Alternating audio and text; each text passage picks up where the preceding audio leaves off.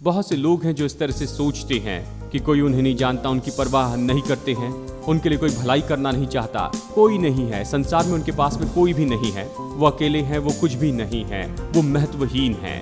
लेकिन मैं आज आपको कुछ बताऊं, एक वाचा है जो प्रभु यीशु मसीह ने 2000 साल पहले बांधी है और आप उस वाचा में हैं। परमेश्वर आपसे प्रेम करता है, वो आपकी परवाह करता है। आप सोचते हैं कि आपके लिए कोई नहीं, कोई भी आपसे प्रेम नहीं करता है, लेकिन वो आपका नाम जानता है, आपका नाम लेकर आपको पुकारता है।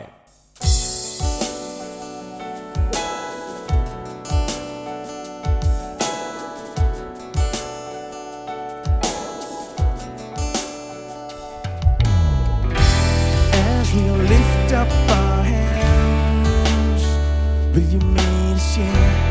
As we call on your name, will you meet us here? We come to this place to worship you, God of mercy and grace. It is you we adore. It is you praises are for. Only you, the heavens declare. It is you, it is you. Holy, holy is our God Almighty. Holy, holy is His name alone. Holy, holy is our God Almighty. Holy, holy is His name alone. It is you we adore. It is you, only you.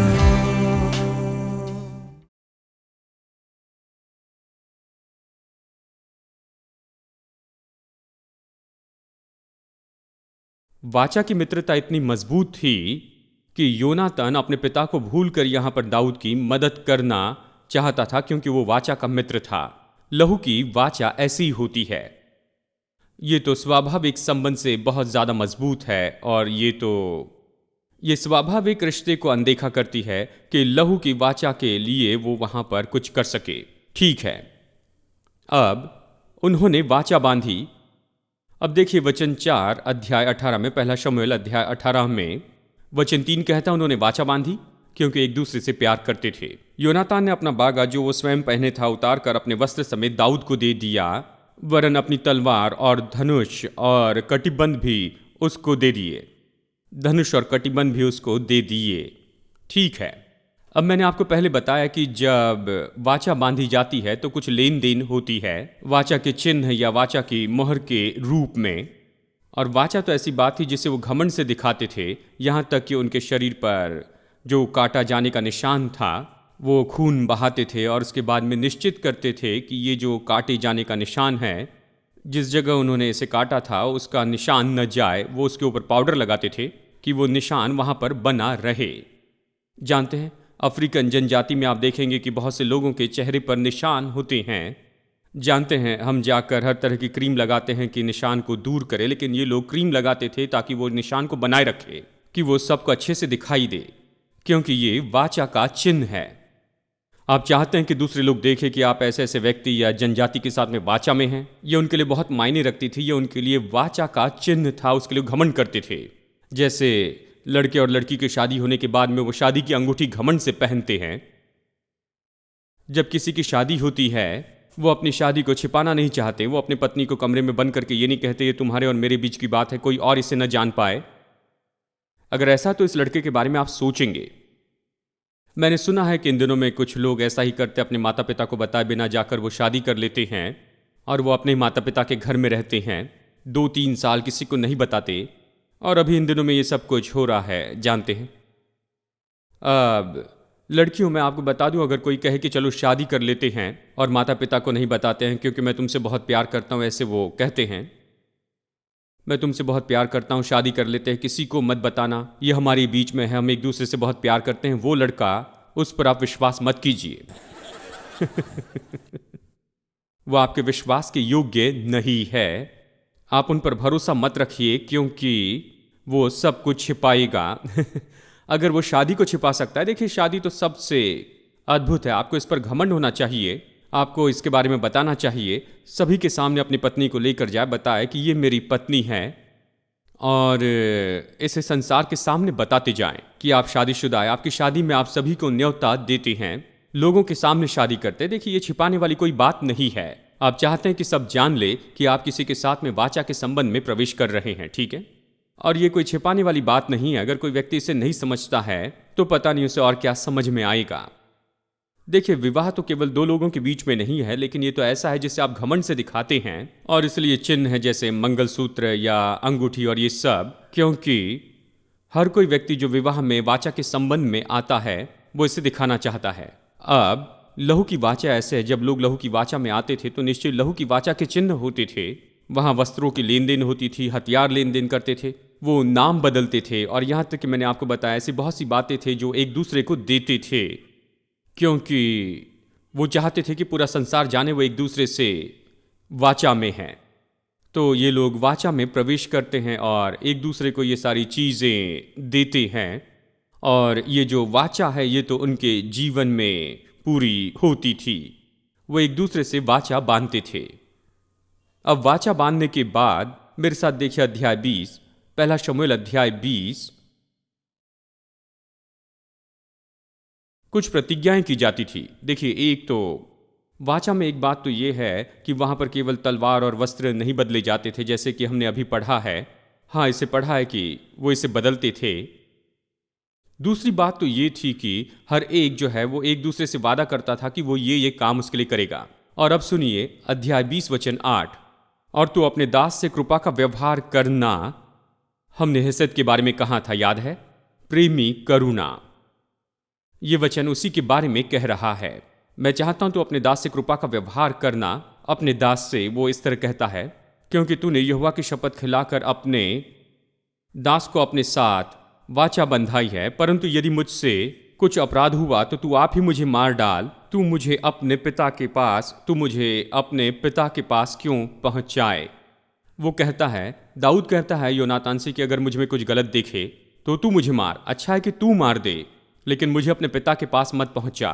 अगर मुझ में कुछ गलत हो तो तू आ और तू मुझसे बातचीत कर, मुझे मार दे। वचन 14, और न केवल जब तक मैं जीवित रहूं तब तक मुझ पर यहोवा की सी कृपा ऐसे करना कि मैं न मरूं, परंतु मेरे। देखिए, योनातान कहता है कि वो उससे वादा करने के लिए कहता है, मेरे जीते जी ही मुझ पर कृपा न करना। वो कहता है, परंतु मेरे घराने पर से भी अपनी कृपा दृष्टि न हटाना। वरन जब यहोवा दाऊद के हर एक शत्रु को पृथ्वी पर से नष्ट कर चुकेगा तब भी ऐसा न करना। इस प्रकार योनातान ने दाऊद के घराने से ये कहकर वाचा बंधाई, यहोवा दाऊद के शत्रुओं से बदला ले। और योनातान दाऊद से प्रेम रखता था और उसने उसको फिर शपथ खिलाई, क्योंकि वो उससे प्रेम करता था, अपने प्राण के बराबर प्रेम रखता था। तो योनातान उससे कहता है, यहां देखो, दाऊद यहां पर कहता है, देखो अगर मैंने कुछ गलती की है तो तुम ही मुझे मार दो, अपने पिता के पास में मत ले जाओ। तुम धोखा देकर मुझे अपने पिता के पास मत ले जाओ, मेरी रक्षा करो। और फिर योनातान यहां पर उसके बदले में ये कहता है कि निश्चय ही तू करुणा दिखाना, केवल मुझ पर ही नहीं लेकिन मेरे बाद पूरे घराने पर।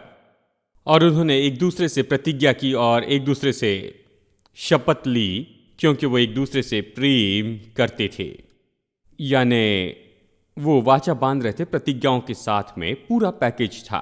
उन्होंने लेन देन की, कपड़ों की, वस्त्र की, और उन्होंने दिए अपने हथियार, और अभी वो वादा करते हैं और ये वादा उन्हें पूरा करना है। अब यहां पर वाचा बांधी गई है। देखिए दूसरा शमूएल अध्याय 4। अब आप देखिए कि क्या होता है कि शाऊल और योनातान के मरने के बाद। अब देखिए, वाचा बांधने के बाद में पलिश्तियों के साथ में बहुत बड़ा युद्ध हुआ, और ये पलिश्ती लोग तो उनके सबसे बड़े शत्रु थे कई साल से। और इस समय वो फिर से उनके विरुद्ध में आते हैं, और इस समय शाऊल और उसका बेटा योनातान दोनों मर जाते हैं और दाऊद राजा हो जाता है। सब जानते थे कि परमेश्वर का हाथ दाऊद पर है, उन्होंने उसे राजा बनाया, और जब उन्होंने दाऊद को राजा बनाया तो उस समय संसार तो बहुत ही भयानक ऐसी जगह हो गई थी, बहुत ही आक्रामकता थी। यानी कोई राजा हो गया है जो राजा के परिवार से नहीं, राजा का बेटा या ऐसा कुछ नहीं है। अगर कोई राजा बन जाता है तो उसका सबसे पहला काम ये था कि जाकर देखे कि क्या पहले राजा के परिवार में से कोई बचा हुआ है, और उसे वो मार देता था। जानते हैं, क्योंकि वो नहीं चाहते थे कि कोई भी आकर दावा करे राजा होने के लिए मैं वो अगला व्यक्ति हूँ, इस तरह से। और इन दिनों में ऐसा ही हुआ करता था। और जैसे उन्होंने ये खबर सुनी कि शाऊल और जोनातान मर चुके हैं और दाऊद तो राजा बन गया है, तो शाऊल के घराने से सभी लोग भागने लग गए, जान बचाकर भागने लगे, दाऊद के हाथ से बचने लगे। उन्होंने सोचा दाऊद उनके पीछे आएगा क्योंकि दाऊद राजा हो गया है, और वो नहीं चाहता कि शाऊल के परिवार में से कोई अभी जीवित रहे, क्योंकि वो उनके सामने चुनौती होंगी, उन्हें ढूंढेंगे। तो वो सब भागने लगे। और जिस जल्दबाजी जो उन्होंने वहां पर की थी, तब योनातान का एक बेटा था जो 5 साल का था, जो दासी उसकी देखभाल करती थी, उसने उसे उठाया और वो भागने लगी। और वो तो बहुत ही परेशान हो गई होगी कि वहां से वो भाग जाए। और जैसे वो भाग रही थी उसके हाथ से वो गिर गया, पता नहीं वो कहाँ पर गिरा, और वो यानी उसके सिर पर चोट लगी या कहीं चोट लगी, और वो कभी नहीं चला। जानते हैं, पूरे जीवन भर वो लंगड़ा हो गया। अब चलिए कहानी पढ़ते, अध्याय 4 वचन 4। शाऊल के पुत्र योनातान के एक लंगड़ा बेटा था। जब शाऊल और योनातान का समाचार आया तब वो 5 वर्ष का था। उस समय उसकी दाई उसे उठाकर भागी, और उसके उतावली से भागने के कारण वो गिर के लंगड़ा हो गया। और उसका नाम था मपीबोशेत। अब दाऊद अपने सिंहासन पर विराजमान होता है। अध्याय 9 वचन 1, दूसरा शमूएल अध्याय 9 वचन 1 में देखिए, जब दाऊद स्थापित हो जाता है कि राज्य और अधिकार करे, तो सबसे पहले वो यही करता है कि देखे कि क्या कोई अभी बाकी है जो अभी भी जी रहा है शाऊल और योनातान के परिवार से। देखिए वचन 1, दाऊद ने पूछा, क्या शाऊल के घराने से कोई अब तक बचा है जिसको मैं योनातान के कारण प्रीति दिखाऊं। अब दाऊद ढूंढने लगता है कि शायद कोई है जो जीवित रहा होगा। दोनों के मरने के बाद उनके घराने में क्या कोई अब जीवित रहा है जिसको मैं योनातान के कारण प्रीति दिखाऊं। शाऊल के घराने का सीबा नामक एक कर्मचारी था। सीबा, वो दाऊद के पास बुलाया गया, और जब राजा ने उससे पूछा, क्या तू सीबा है? तब उसने कहा, हाँ, तेरा दास वही है। और राजा ने पूछा, क्या शाऊल के घराने से कोई अब तक बचा है जिसको मैं परमेश्वर की सी प्रीति दिखाऊं? और सीबा ने राजा से कहा, हाँ, योनातान का एक बेटा है जो लंगड़ा है। राजा ने उससे पूछा, वो कहाँ है? सीबा ने राजा से कहा, वो तो लोदबार नगर में अमीएल के पुत्र माकीर के घर में रहता है। तब राजा दाऊद ने दूध भेजकर उसको लोदीबार से अमोएल के पुत्र माकीर के घर से बुलवा लिया। तब मपीबोशेत, जो योनातान का पुत्र और शाऊल का पोता था, दाऊद के पास आया। तब मुंह के बल गिर के दंडवत किया। दाऊद ने कहा, हे मपीबोशेत, और उसने कहा, तेरे दास को क्या आज्ञा? अब इस बात की कल्पना कीजिए, अब शाऊल के घराने से सभी भागे और ये भी भाग गया। ये 5 साल का था, दाई ने इसे उठाया, वो गिर गया और लंगड़ा हो गया। और वो लोदीबार नगर में जाते हैं और वहाँ पर चुपचाप रहने लगते हैं। उसकी सारी संपत्ति चली गई। उसके दादाजी राजा थे, उसके पास बहुत सा धन था, संपत्ति चली गई, घर चला गया, संपत्ति चली गई, पैसा चला गया। वो एक सामान्य व्यक्ति हो गया। शायद वो सामान्य था और हो सकता है कि गरीब हो, और वो चल भी नहीं सकता था। वो असुरक्षितता में और डर में जी रहा था कि किसी भी दिन दाऊद उसे ढूंढेगा, दाऊद उसे ढूंढ निकालेगा और उसे मार देगा। और कोई उसे ढूंढने आता, कहता है, दाऊद तुमसे मिलना चाहता है। जरा सोचिए उसे क्या हुआ होगा। उसने अपने जीवन का सबसे बड़ा शौक पाया होगा। उसने कहा, दाऊद ने ढूंढ निकाला, आखिर में मुझे पकड़ लिया, मैं यहां पर हूं, अभी मेरा सिर काट दिया जाएगा। उसने ये सोचा, लेकिन उन्होंने कहा कि कोई बात नहीं, वो तुम पर दया करने वाला है, तुम्हारे घराने से किसी पर वो दया करना चाहता है। वो कहता है, उसने वाचा बांधी थी, तुम आकर उससे मिल लो। वाचा के कारण वो तुम पर दया दिखाना चाहता है। मपीबोशेत इतना कम उम्र का था, शायद उसने दाऊद को नहीं देखा था, दाऊद के बारे में बहुत कम जानता था। दाऊद के बारे में जो भी सुना था वो तो बुरी खबर ही होगी। लोगों ने उससे कहा होगा कि आज तू लंगड़ा है, ये दाऊद के कारण है। उसने सिंहासन ले लिया, सब बचकर भागने लगे और हम तुझे लेकर भागे और उस समय तू नीचे गिर गया और तुम लंगड़े हो गए। दाऊद के कारण ही आज तुम लंगड़े हो। दाऊद बहुत बुरा व्यक्ति, उसे पसंद नहीं है तुम्हारे दादाजी, और उसी ने उसे मरवाया और सारी बातों के पीछे वही कारण है और वही दुश्मन है और वही सबसे बड़ा शत्रु है। यानी ये सब कुछ उसके दिमाग में था। मपीबोशेत ने यहाँ पर बुरी खबर सुनी होगी कि दाऊद सच में कितना बुरा है, और वो उस व्यक्तिगत रूप में नहीं जानता था, वाचा के बारे में नहीं जानता था कि ये उसके पिता और दाऊद के बीच में बांधी गई थी। वो नहीं जानता था वो आपस में कितना प्रेम करते थे और ये सब। देखिए, उसे इस वाचा के बारे में कोई भी पता नहीं था कि इसका क्या अर्थ है, उसके पास में क्या है और इसमें क्या क्या जुड़ा है। वो नहीं जानता था कि राजा बस राह देख रहा है कि उसके लिए कुछ भलाई करे, क्योंकि उसके पिता ने वाचा बांधी थी। वो नहीं जानता था, तो वो डर में जी रहा था, वो छिप रहा था, असुरक्षितता में जी रहा था, गरीबी में जी रहा था, सब कुछ खो बैठा था, किसी बात का दावा नहीं कर रहा था। वो अकेला रहना चाहता था और यहां वो आकर उसे ढूंढते हैं, आकर उसे पकड़ते हैं और राजा के पास लेकर जाते हैं, उसे राजा के सामने रखते हैं। मैं कल्पना कर सकता कि ये व्यक्ति जो चल नहीं सकता था उसे उठाकर मानो राजा के सामने वो पटक दिए थे, और वहां जैसे वो राजा को देखता है वो उसके सामने गिर जाता है, उसके सामने झुक जाता है और राजा के रूप में उसे दंडवत करता है। और दाऊद का प्रत्युत्तर बहुत ही अद्भुत था। जब वो उसके सामने दंडवत करता है, दाऊद कहता है मपीबोशेत, वो उसका नाम लेकर उसे पुकारता है। ये छू लेने वाला है, क्योंकि उसने सोचा यहां कोई मेरे नाम की परवाह नहीं करता, मैं लंगड़ा हूं, मैं गरीब हूं, मेरी सारी सामत चली गई, संसार में कोई मेरा आदर नहीं करता है, कोई मेरी परवाह नहीं करता है। लेकिन राजा मुझे जानता है, लगता है कि राजा मेरी परवाह करता है, वो मुझे जानता है और इसलिए वो मेरा नाम लेकर मुझे पुकार रहा है। जानते हैं बाइबल में कई जगह पर आप इस तरह से पढ़ते हैं, मैंने तुझे छुड़ाया और तेरा नाम लेकर तुझे पुकारा है। और मैं आपको बताऊं, आज ऐसे बहुत से लोग हैं जो इस तरह से सोचते हैं कि कोई उन्हें नहीं जानता, उनकी परवाह नहीं करते हैं, उनके लिए कोई भलाई करना नहीं चाहता, कोई नहीं है संसार में, उनके पास में कोई भी नहीं है, वो अकेले हैं, वो कुछ भी नहीं है, वो महत्वहीन हैं। लेकिन मैं आज आपको कुछ बताऊं, एक वाचा है जो प्रभु यीशु मसीह ने 2000 साल पहले बांधी है और आप उस वाचा में हैं। परमेश्वर आपसे प्रेम करता है, वो आपकी परवाह करता है। आप सोचते हैं कि आपके लिए कोई नहीं, कोई भी आपसे प्रेम नहीं करता है, लेकिन वो आपका नाम जानता है, आपका नाम लेकर आपको पुकारता है। मपीबोशेत उसने कहा। अब चलिए थोड़ा आगे पढ़ते हैं।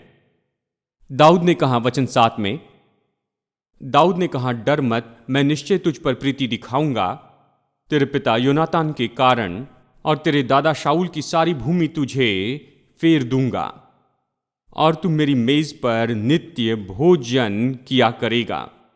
अब बस पिछले मिनट वो एक गरीब आदमी था, सब कुछ खो बैठा था, जमीन और संपत्ति सब खो बैठा, उसके पास कुछ नहीं था। बस एक कलम से लिखते ही राजा उसका भविष्य बदल देता, कहता है जो कुछ तुम्हारा है वो सब तुम्हें देता हूं, तुम्हारे दादाजी की जमीन, घर, पैसा, सब कुछ, सोना चांदी सब कुछ तुम्हें दिया जाएगा। बस एक झटके में इसी तरह से उसका पूरा भविष्य बदल जाता है, क्योंकि एक राजा कृपा करता है, राजा उसके लिए भलाई करना चाहता है, राजा उसे भूला नहीं है, वो उसे व्यक्तिगत रूप में नहीं जानता और वो उससे पहले कभी नहीं मिला है। कोई कारण ही नहीं कि वो इसके लिए ये सब कुछ करे, बस एक ही बात है कि उसने उसके पिता से वाचा बांधी थी। वो उसे बुलाता है और वो जो कुछ भी खो बैठा था सब कुछ वापस देता है। एक मिनट पहले वो गरीब था, लेकिन अगले ही मिनट धनी हो गया। मैं सोचता हूं कि मपीबोशेत बहुत ही अच्छा चित्र है हमारा जो आदम की संतान है। ये कहानी ऐसी है और इसीलिए ये कहानी इतनी महत्वपूर्ण होती है। बिल्कुल मपीबोशेत के जैसे जो सब कुछ खो बैठा था, लंगड़ा था, असुरक्षा में जी रहा था, इस डर में था कि दाऊद क्या करेगा। आदम के वंशज परमेश्वर के साथ संपर्क खो बैठे, असुरक्षितता में जी रहे थे और परमेश्वर ने जो कुछ दिया सब खो बैठे थे, जी रहे थे। अनजाने में कहीं किसी कोने में, और साथ में उनके पास परमेश्वर के बारे में गलत चित्र था कि परमेश्वर के कारण ही वो ऐसे हैं। अब बहुत से लोगों को चर्च ने ही बताया है कि परमेश्वर ही है जिसने तुम्हें इस तरह से बनाया है। अगर कोई ऐसा व्यक्ति है जिसके दोनों पैर चले गए तो वो कहते हैं परमेश्वर ने तुम्हें ऐसा बनाया है। अगर हाथ टूट जाए तो कहते हैं परमेश्वर ने तुम्हारे साथ ये किया है। अगर आप देख नहीं सकते या किसी तरह से अपाहिज है तो कहते हैं परमेश्वर ने तुम्हें ऐसा बनाया। सारी बातों का दोष प्रभु पर।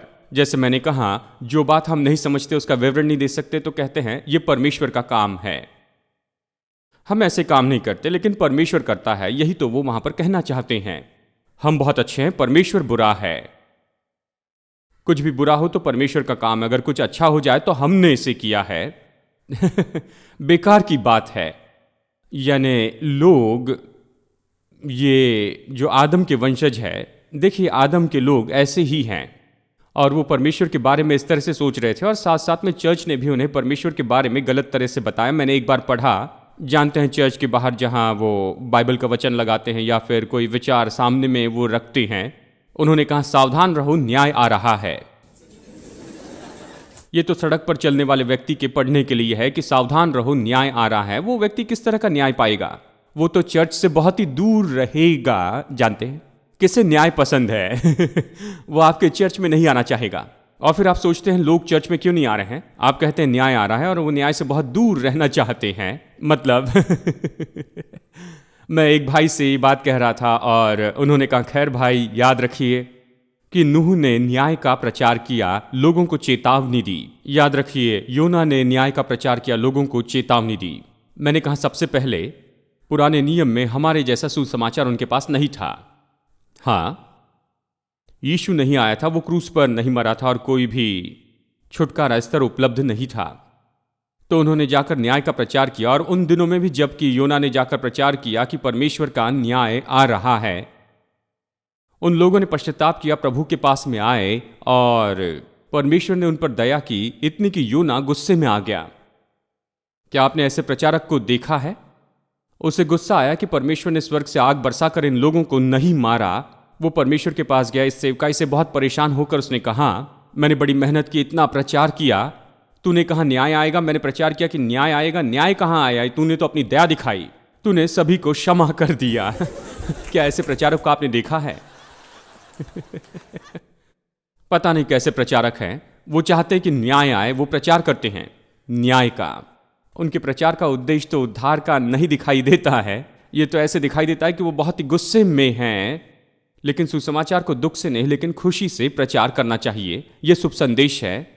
हम सभा का नाम रखते हैं खुशखबर की सभाएं और बुरी खबर सुनाते हैं। ये गलत है। खुशखबर क्या है? वो इस बात को नहीं समझते। वो कहते देखिए बाइबल कहती है भाई कि न्याय आ रहा है, इसलिए सावधान रहो। हम यही तो कह रहे हैं कि न्याय आ रहा है। बाइबल को अच्छे से पढ़िए। बाइबल कहती है कि न्याय आ चुका है। मेरे पास समय नहीं कि इसे देखे। ये कब आया? जब यीशु क्रूस के ऊपर में लटका था। परमेश्वर ने हमारे सारे पापों को ले लिया और यीशु पर लाद दिया और यीशु का न्याय किया उस दिन जब वो क्रूस के ऊपर में था। हमारे पाप के लिए जो दंड था वो सब कुछ वो उस पर लाद दिया गया और न्याय पूरा हो गया। जो मुझ पर विश्वास करता है वो मृत्यु से जीवन में आ चुका है, ऐसे यीशु ने कहा। इन लोगों के लिए कोई न्याय नहीं है। यानी जो न्याय है वो तो अभी हमारे पापों के बारे में नहीं होगा। जानते हैं, देखिए न्याय ऐसा नहीं होगा। देखिए कोई भी अपने पाप के कारण नरक में नहीं जाएगा, लेकिन वो नरक में जाएंगे क्योंकि उन्होंने यीशु का इनकार किया जो कि उनके पापों के लिए जवाब था। क्योंकि पाप की समस्या से परमेश्वर ने पहले निपट लिया है। जब उसने यीशु को भेजा, वो क्रूस पर मरा, पाप की समस्या से निपट लिया गया। उसने हमारे पापों को लेकर उसे खत्म किया। उसने उस दंड को अपने ऊपर में उठा लिया, उसने उस श्राप को उठा लिया और कलवरी के क्रूस पर उसे पूरी तरह से खत्म किया। पाप में से अभी कुछ बाकी नहीं है। तो हमें क्यों दंड दिया जाएगा? हमें किस लिए दंड दिया जाएगा? क्यों ऐसा हो रहा है कि कुछ लोग जो हैं वो तो नरक में जाएंगे? वो तो पापों के कारण नहीं, लेकिन बस एक पाप के कारण कि उन्होंने यीशु मसीह पर विश्वास नहीं किया है। अगर मुझ पर विश्वास नहीं है तो यूहन्ना अध्याय 16 वचन 8, 9 और इस वचन को पढ़ लीजिए। ये कहता है जब पवित्र आत्मा आएगा तो पाप के लिए संसार का न्याय करेगा, संसार के पाप का न्याय करेगा। कौन सा पाप? उसने कहा पाप से, क्योंकि उन्होंने मुझ पर विश्वास नहीं किया, यही तो पाप है। और आज तो केवल एक ही पाप है जिसके कारण मनुष्य नरक में जाएगा, और वो तो यीशु मसीह पर विश्वास करना नहीं है। यही तो सबसे बड़ा पाप है। ये सबसे बड़ा पाप है, क्योंकि यही तो मनुष्य के पाप की समस्या के लिए एकमात्र जवाब है। परमेश्वर पाप की समस्या के लिए यहाँ पर हल दे रहा है। मनुष्य कहता मैं इससे निपट लूंगा, मुझे ये नहीं चाहिए, मुझे कोई हल नहीं चाहिए। यही तो पाप है।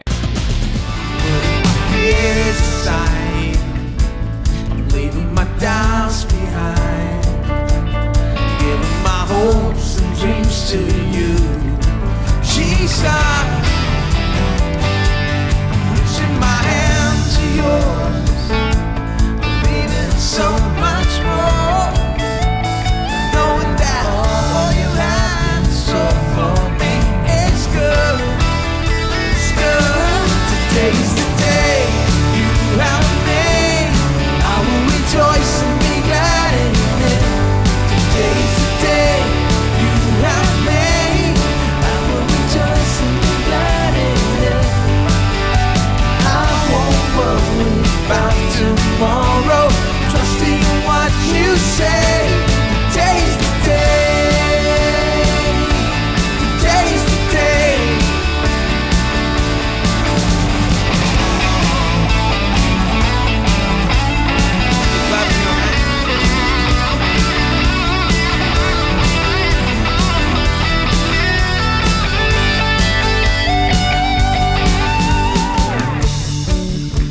Everybody, we're gonna sing this little portion. You repeat after us.